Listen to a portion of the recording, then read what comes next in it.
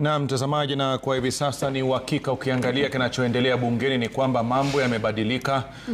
Kila kitu kinaondolewa, kinapelekwa moja kwa moja katika uga wa michezo wa Kasarani kule ambapo wananchi watapata fursa ya kufanya kile ambacho wangefanya bungeni, lakini imelazimika kwa sababu ya idadi ya watu waliojitokeza na udogo wa eneo, ikalazimika kwamba shughuli ipelekwe kule Kasarani ili wananchi wote kwa wingi, kwa ukubwa wao. Kumbuka kuna idadi iko hapa, kuna idadi iko barabarani natoka JK na kuja hapa. Kwa hiyo wameangalia wakaona kwamba uende kahatarisha ule mpango wa siku ya leo. Kwa hiyo Mkenya, kama ulikuwa unaelekea bungeni, badilisha mpango, elekea moja kwa moja katika uga wa Kasarani.